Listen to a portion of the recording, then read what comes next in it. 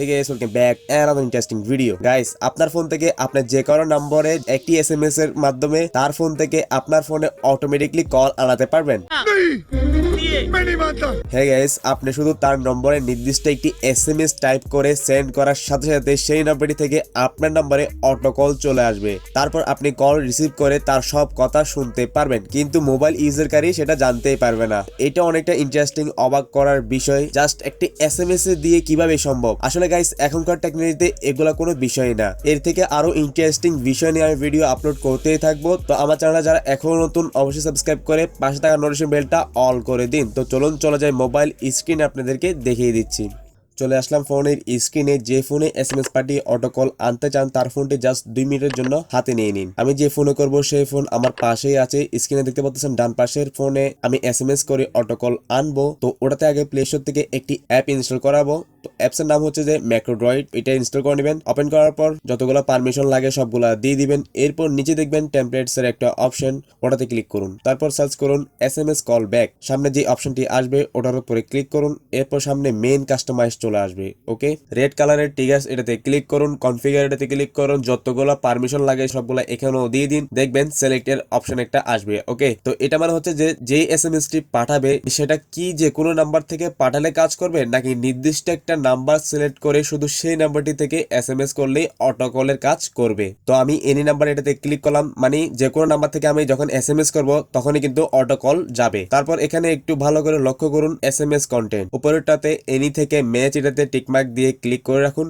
মাঝখানে দেখুন call me একটি টেক্সট লেখা আছে। ওকে, তো এই লেখাটা লিখে মেসেজ সেন্ড করলে অটো কল আসবে। মানে এখানে যেভাবে টেক্সট লেখা আছে, যে স্টাইল লেখা আছে, সেম একই স্টাইলে লিখে সেন্ড করলেই কিন্তু এটা কাজ করবে। তো এটা চাইলে আপনি নিজের মতন করে দিতে পারেন, কিন্তু সেম লেখাটাই লিখতে হবে। আমি কল মি এটাই লিখে দিলাম। তারপর এখানে আর কিছু চেঞ্জ করতে হবে না। ওকেতে ক্লিক করুন। এরপর অ্যাকশন ব্লু কালারের কলের উপরে ক্লিক করুন, কনফিগারে ক্লিক করুন, পারমিশন গুলা দিয়ে দিন। এরপর এখানে দেখেন সিলেক্ট কন্টেন্ট, মানে হচ্ছে যে SMS আসার পর কোন নাম্বারে অটো কলটি যাবে, মানে আপনি কোন নাম্বারে কলটি আনতে চান। কি যে নাম্বার থেকে SMS আসছে সেই নাম্বারে যাবে, নাকি আপনি নির্দিষ্ট একটা নাম্বার এখানে লিখে দিবেন শুধু সেই নাম্বারে যাবে আর কোনো নাম্বারে যাবে না। দেখেন এখানে ফোনে সেভ করা নাম্বারও থাকবে, অথবা আপনি নিজে নাম্বার ডায়াল করে তুলতে পারেন। তো আমি যে নাম্বার থেকে SMS আসবে ওটাই সিলেক্ট করে দিব।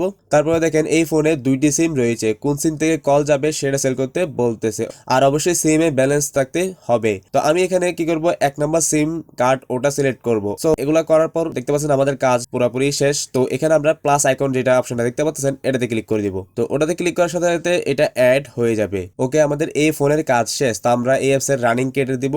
এখন বাম পাশের ফোন থেকে টেস্ট করব কাজ করে কিনা। তো ওটার SMS অপশনে যাব। তারপর নিউ SMS এ গিয়ে ওই ফোনের নম্বরে কল মি টেক্সটটি টাইপ করব, করে এটা সেন্ড করে দিব। গাইস, দেখলেন SMS যাওয়ার সাথে সাথে ওই ফোনে একটি কল রেডি হয়ে গেছে। দেখলেন আমার ফোনে কল চলে আসলো কোনো কিছু করা ছাড়াই। তো আমি একটু আমার নাম্বারগুলো ব্লার করে দিয়েছি। তো দেখতে পাচ্ছেন গাইস, অটোমেটিকলি কল চলে আসছে। আমি কলটা রিসিভ করেছি। তো এখন কিন্তু আপনি তার ফোন যেখানে রয়েছে আশেপাশের আওয়াজগুলো সবগুলো কিন্তু আপনার ফোনে আপনি শুনতে পারেন। এটা এক ধরনের হ্যাকও বলতে পারে। তো যতবার লিখবেন ততবারের সাথে সাথে কল চলে আসবে। দেখতে পাচ্ছেন আমি আবারও ট্রাই করতেছি। দেখতে পাচ্ছেন সাথে সাথে কল চলে আসলো। তো আমি মেসেজ অপশনে গিয়ে দেখতেছেন এখানে কল মি এটাই টাইপ করতেছি, সাথে সাথে অটো কল চলে আসলো আমার ফোনে।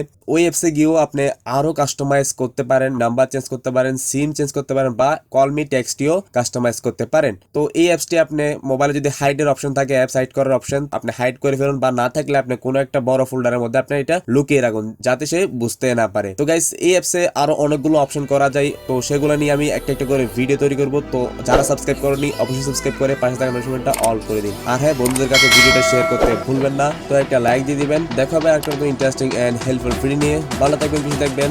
আল্লাহ হাফেজ।